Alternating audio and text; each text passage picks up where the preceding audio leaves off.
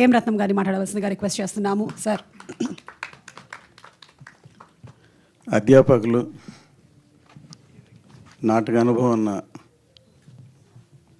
హాస్య బ్రహ్మానందం గారికి ఎన్నో వైవిధ్యమైన పాత్రలు పోషించి ప్రజల్ని ఆకర్షించి రంజింపజేసిన కళామా తల్లి సేవ చేస్తున్న ఎల్బి శ్రీరామ్ గారికి, ఇక్కడ ఉన్న టెక్నీషియన్స్ అందరికీ ధన్యవాదాలు.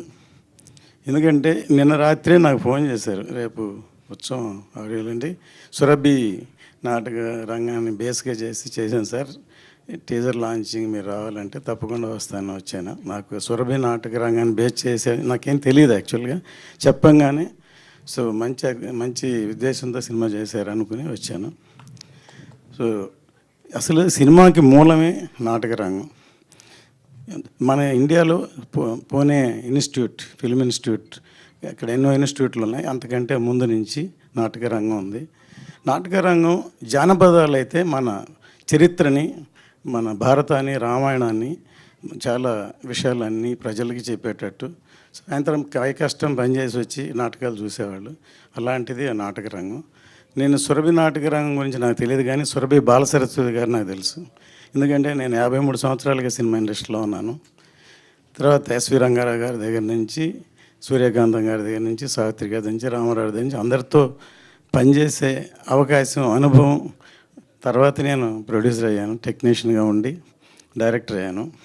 ఈ టీజర్ మొదటి డైలాగే చాలా ఆకర్షితంగా ఉంది. మేకప్ వేసుకున్నప్పుడుగా నాకు ఇంత ఇది కలిగింది, బాధగా ఉందని ఒక ఫస్ట్ ఇదే అట్రాక్టివ్గా ఉంది. ఈ సినిమా ఇంతమంది లెజెండరీ ఆర్టిస్టులతోటి హ్యాండిల్ ఎలా చేశారు అని బ్రహ్మానంద గారు అన్నారు. ఇది చూడంగానే నేను కూడా ఫస్ట్ సినిమా పెద్దరికం డైరెక్ట్ చేశాను. దాంట్లో భానుమతి గారు యాక్ట్ చేశారు. నన్ను అందరూ భానుమతి గారితో నువ్వు ఎలా డీల్ చేస్తావు, ఆవిడ అంత లెజెండరీ ఆర్టిస్టు అని అంటే, అందులో అల్లూరి రామలింగయ్య గారు, తర్వాత ఎన్ఎన్ పెళ్ళాను మలయాళం ఆర్టిస్టు, తర్వాత రామిరెడ్డి, చాలామంది, చంద్రమోహన్, చాలామంది ఆర్టిస్టులు ఉన్నాయి ఇలాగ సినిమా అంతా.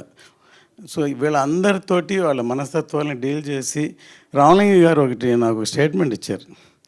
ఈ కుర్రాడు మేము చెప్పింది కాదనకుండా, మమ్మల్ని నొప్పించకుండా, తనకి ఏం కావాలో అలా తీసుకుంటున్నాడని మొదటి రోజు షూటింగ్లోనే ఆయన పేపర్ స్టేట్మెంట్ ఇచ్చారు. అందుకే అరవింద్ గారు ఎప్పుడైనా మా నాన్న ఫ్యాన్ అయ్యా అనేవాళ్ళు. అలాగూ ఈ మొదటి చిత్రంతో ఇంతమంది ఆర్టిస్టులతోటి డీల్ చేసి ఇంత ఒక మంచి కళాత్మక చిత్రాన్ని నిర్మించినందుకు, డైరెక్ట్ చేసినందుకు అతనికి ఈ సక్సెస్ రావాలని మనసారా కోరుకుంటున్నాను. ఇందులో పనిచేసిన ప్రతి టెక్నీషియన్లు మంచి టెక్నీషియన్స్ పనిచేశారు. అందులో నేను ఈ మధ్య అనంత శ్రీరామ్ గారి స్పీచెస్ ఆయన చూస్తున్నాను. ఆయనకి ఎంత దేశభక్తి ఉందో దాన్ని బట్టి నాకు అర్థమైంది. ఆయన కలవాలనుకున్నాను యాక్చువల్గా నేను నిజంగా. తర్వాత మ్యూజిక్ డైరెక్టర్ అను శ్రీరామ్, అందరూ మంచి టెక్నీషియన్లు ఎన్నుకున్నారు. ఈ సినిమా గ్రాండ్ సక్సెస్ అని కోరుకుంటున్నాను.